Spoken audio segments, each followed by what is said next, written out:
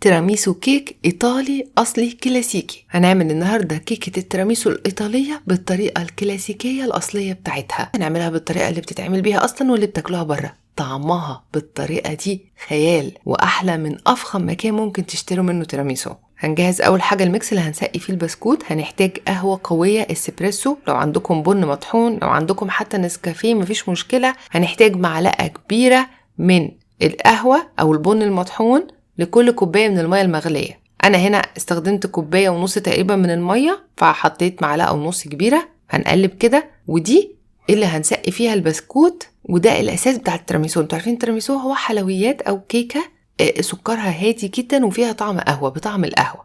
المهم ان القهوة تكون قوية، يعني سترونج كوفي، ده أهم حاجة. هنسيبها بقى على جنب لحد لما توصل لدرجة حرارة الغرفة على ما نجهز بقية المكونات، علشان كده بنبتدي فيها أول حاجة. وهنحتاج في الوصفة دي 3 صفار بيض. بليز ما تتخضوش، هما 3 صفارات بيضات مش أكتر من كده، علشان تطلع معاكم الوصفة حلوة ومظبوطة وطعمها حلو. هنحط عليهم 3 كوباية من السكر. نقلب كل الحاجات دي مع بعضها. بعد كده بنجيب كسرولة مقاسها تكون أصغر من الطبق اللي احنا قلبنا فيه البيض والسكر، علشان نحطها عليه من فوق كده، بس أهم حاجة ما تلمسش المية من تحت علشان نسوي البيض على البخار. أنا مش هحط بيض ني في التيراميسو. التيراميسو اللي هي كلاسيكية قوي فيها بيض ني، بس أنا مستحيل أعمل حاجة فيها بيض ني، أنا زيكم بالظبط. فأنا هسوي البيض على البخار. احنا بنعمل كاسترد بسيط، بنفضل نقلب كده على النار لحد لما اللون يفتح خالص والسكر يدوب تماما، مبقاش فيه اي حبيبات من السكر تخرز بين ايديكم. ولو جيتوا تشيكوا حتى على السكر هتلاقوا ان الخليط ده سخن جدا، فهو مستوي تمام ومفيش فيه اي حاجة مش مستوية كده، هو تمام. بصوا قوامه تقل ازاي. طبعا تيراميسو يعني جبنة ماسكربوني. هنحتاج 225 جرام من الجبنة الماسكربوني كريمية، ولكن مش الجبنة الكريمي اللي بنعمل بيها التشيز كيك. هي جبنة كريمية مش حادة مش مالحة، عاملة زي القشطة كده تقريبا، ما بيبقاش فيها طعم ظاهر غير طعم اللبن الحليب، فهي زي القشطة تقريبا، قريبة جدا من القشطة، ولكن قوامها متماسك شوية زي ما انتوا شايفين عن القشطة. هننزل عليها بصفار البيض أو الكاسترد اللي احنا عملناه. طبعا ممكن تستخدموا كاسترد اللي هو البودرة الجاهز، ولكن فرق كبير جدا في الطعم. بنخلطهم مع بعض لحد لما يبقى القوام كريمي زي ما انتوا شايفين كده. تقدروا تستخدموا الهاند بلندر في الخطوة دي، بس هي مش بتحتاج، يعني بالمضرب اليدوي بتنعم خالص. نجيب بقى القهوة الاسبريسو اللي احنا عملناه ده، معلقتين كبار كده من الاسبريسو، وبنحطهم على الجبنة، وكمان بنحط معلقة تقريبا صغيرة من الفانيليا. عايزة اقول لكم مفيش ريحة زفارة نهائيا. القهوة والفانيليا الاتنين مع بعض مفيش فيهم ريحة زفارة نهائيا. في الوصفة الأصلية هنا بيتحط رم في الوصفة دي، ورم ده كحول، فطبعا احنا مش هنحطه خلاص، أنا استعدت عنه بالقهوة والفانيليا. هنجهز بقى الكريمة. هنحتاج كوباية من كريمة الخفق أو كريمة الحلويات. كريمة الخفق اللي هي بيبقى مرسوم على العبوة الشكل ده هو كريمة الخفق. طبعا في ناس هتسألني ممكن استخدم الكريم شانتيه. ممكن تستخدموا الكريم شانتيه الخام. حطيت كمان شوية فانيليا، وهنضرب بالمضرب الكهربائي لحد لما القوام يتقل معانا ويبقى عامل زي قوام الكريم شانتيه لما بيتضرب، يعني يبقى ماسك نفسه متماسك كده. لو هتستخدموا كريم شانتيه خام برضو هتستخدموا كوباية من الكريم شانتيه الخام. لو استخدمتوا باكيتات الكريم شانتيه هيبقى عليه سكر، وهتبقى الوصفة طعمها مسكر زيادة.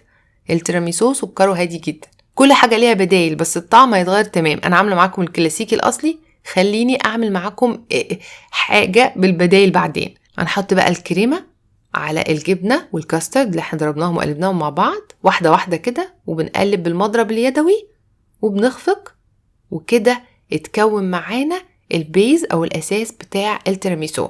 ده عايز أقول لكم يجنن، يعني رندا كل شوية تيجي تاخد لحظة وتمشي. طعمه رهيب، مفيش فيه ريحة زفارة نهائيا. حاطين الفانيليا مرتين وحاطين قهوة، والبيض أصلا مستوي وكل حاجة تمام.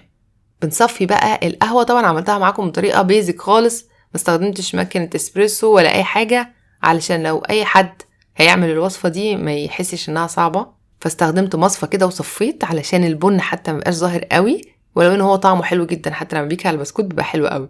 ممكن تستخدموا قطعة قماش تصفوا القهوة الاسبريسو، واهم حاجة تبقى القهوة نكهتها ظاهرة، مش عايزين اكتر من كده في الوصفة دي. وبصوا بقى بجيب بسكوت الليدي فينجر، ويا دوبك بسقطه في القهوة. بصوا ثانية علشان ما يبشننش، لانه بيبشنن يعني بيطرى ويشرب ميه ويبقى عامل صاجي من الاخر، بالانجليزي.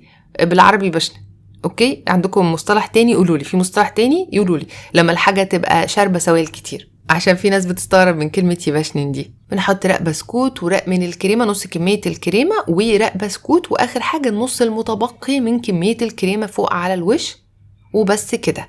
بصوا اهم حاجه بقى انها تقعد في التلاجة اقل حاجه 8 ساعات، من 8 ل 10 ساعات، علشان الكريمه تمسك نفسها شويه. زي ما انتم شايفين هي ناعمه خالص، فلازم التيراميسو تقعد في التلاجة فتره محترمه، بتشرب من طعم بعضها وهتطلع مظبوطه معاكم على الاخر. بصوا اقل وقت ممكن تسيبوه 4 ساعات بس، هتطلع طريه خالص. تغرفوها بقى بالمعلقه بالمغرفه. اول ما تطلع بقى من التلاجة بديها رشه من الكاكاو الخام، ودي اخر طبقه كاكاو خام او كاكاو بودره، حتى لو بسكر بس هو يفضل يبقى خام. دي اول واحده. طبعا هتتبهدل، يعني انا بس هوريكم هي هتتبهدل مما لا شك فيه، بس ستيل هي طبقتين فوق بعض، مش منهاره ولا حاجه، لاني سبتها في التلاجة تقريبا 8 ساعات ونص او 9 ساعات حاجه زي كده. شوفوا بقى الجمال. بصوا اصلا باين عليها قد ايه كريميه وقد ايه شكلها طري ويجنن.